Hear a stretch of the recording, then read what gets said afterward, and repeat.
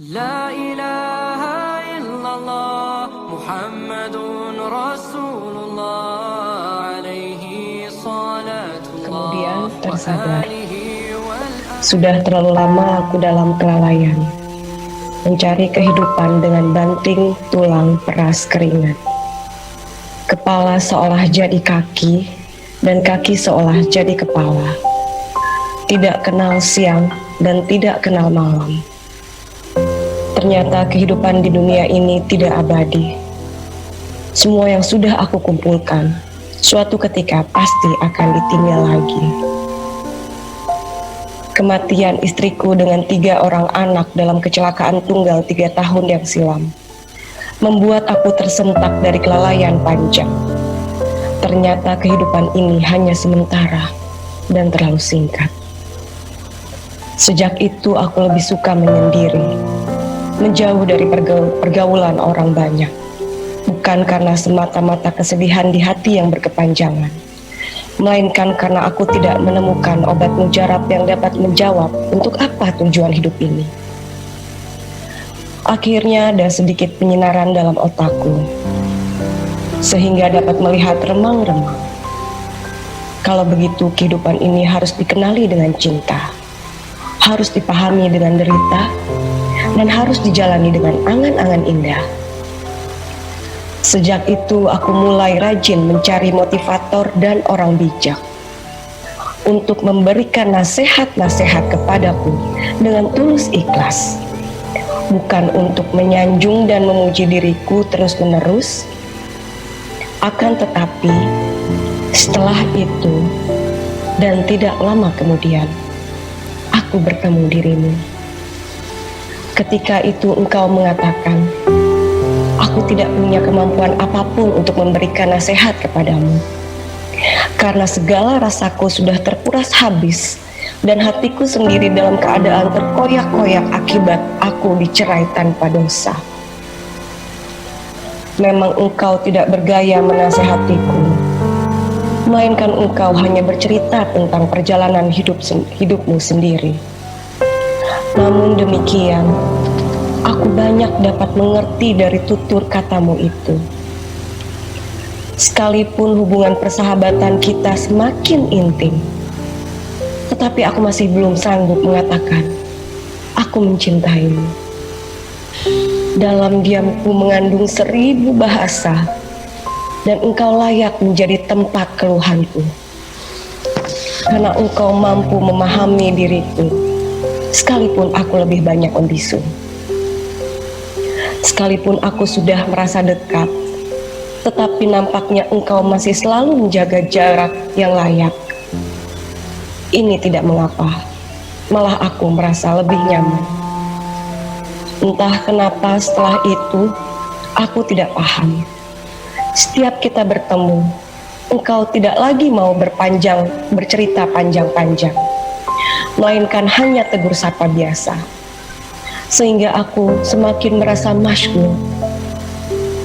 Andaikan engkau, wahai perempuan yang baik hati, tidak yakin akan berkelanjutan memberikan nasihat-nasihat kepadaku, mungkin lebih baik engkau tidak memberikannya sama sekali, karena hatiku sudah terbiasa mendapatkan perhatianmu. Ketika kehilangan, pasti akan jatuh terkapar. Aku semakin sedih. SMS ku kirim berkali-kali tidak dijawab. Aku menjerit suaraku, tidak ada yang menghantarkan ke telingamu. Apakah ketika engkau mendengar namaku akan geleng kepala? Sementara perasaanku menjalar di area kebimbangan, muncul praduga mungkin engkau tidak bersedia datang dan bercerita panjang lebar, disebabkan karena di hatimu sudah tidak ada lagi kerinduan. Jiwaku semakin memberontak ingin melawan kehidupan. Tidak ada lagi yang patut ditangisi, tidak perlu lagi meminta maaf, dan tidak perlu perhatian dari siapapun. Biar aku sendiri. Ketika sudah tidak ada lagi tutur kata yang jujur, biarlah perbuatanku yang akan memberi definisi tentang cinta yang sedang menggeliat di dalam hatiku. Aku mencintaimu, Wahai perempuan yang baik hati, aku berjanji akan aku perkenankan dirimu mencicipi rasa pahit diabaikan, supaya engkau mengerti betapa sangat tulusnya perhatianku padamu. Nanti suatu ketika engkau tidak lagi ingin mencari tahu apa sebabnya, sesuatu yang membuat hatimu sedih, ketika hatimu sudah dipadati penderitaan, sehingga peristiwa sekecil apapun akan dapat menjadi pemicu air matamu mengalir deras. Dulu ketika kita masih kecil, wahai kekasihku, kita bermain bersama teman. Sekarang setelah usia kita semakin senja, malah sering dipermainkan teman. Setelah lama kita tidak berjumpa, apakah ada kerinduan di hatimu? Ataukah engkau kembali kerinduanku kepadaku lagi, untuk tetap bersembunyi di dalam hatiku sendiri? Karena pengalamanmu dicerai tanpa dosa, sehingga engkau mengeluh, tidak mencari lelaki yang kaya dan tampan, tetapi yang engkau cari adalah lelaki yang dapat memahami detak jantungmu sendiri. Lihatlah ke sini, wahai kekasihku. Di balik tulang rusuk dadaku ini, ada tanah airmu yang merindukan kehadiranmu. Andaikan begini terus-menerus, mungkin selanjutnya aku akan tenggelam. Yang kumaksudkan adalah, wahai kekasihku, tenggelam dalam diriku sendiri, sehingga menyebabkan aku tidak mampu lagi menatap wajahmu, tidak mampu lagi melangkah untuk menelusuri kehidupan. Bahkan sampai nanti aku tidak dapat merasakan lagi nafasku tadi. Engkau akan semakin lebih cantik lagi, wahai kekasihku, dan kemanusiaanmu akan semakin sempurna. Andaikan engkau mampu mendengarkan suara sanubarimu dan bersedia meraba denyut jantungmu sendiri, bahwa aku sedang mengalami sesak nafas, karena engkau membekukan hubungan baik yang selama ini terjalin dengan indah. Percayalah, engkau tidak akan kehilangan kehormatanmu sedikit pun, wahai kekasihku, apabila engkau berkenan dengan segala rendah hati untuk bersekedar mengucapkan aku merindukan dirimu. Mungkin sebaiknya sejak sekarang aku tidak perlu lagi mengintip pandang dari lubang kunci untuk menatapi kecantikan wajahmu.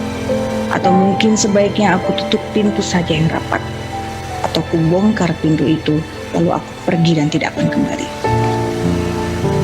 Engkau pernah mengatakan yang paling membahagiakan perempuan adalah ketika ada lelaki yang merasakannya sebagai sesuatu yang paling berharga, bukan sebagai kaos kaki bolong yang dibuang di tengah jalan. Tetapi ketika itu aku berpura-pura tidak mengerti apa yang kau ucapkan, karena di hatiku ada perasaan yang kurang nyaman. Sepertinya ada perasaan kekhawatiran di dalam hatimu akan terjadi lagi habis manis setelah dibuang yang ditujukan kepadamu. Terkadang dengan sikap membisu bisa menjadi pelajaran penting untuk membangun kesantunan dalam berbincang-bincang, sehingga muncul dalam pikiranku, ya sudahlah, biar engkau berkeberatan, bagiku tidak ada masalah.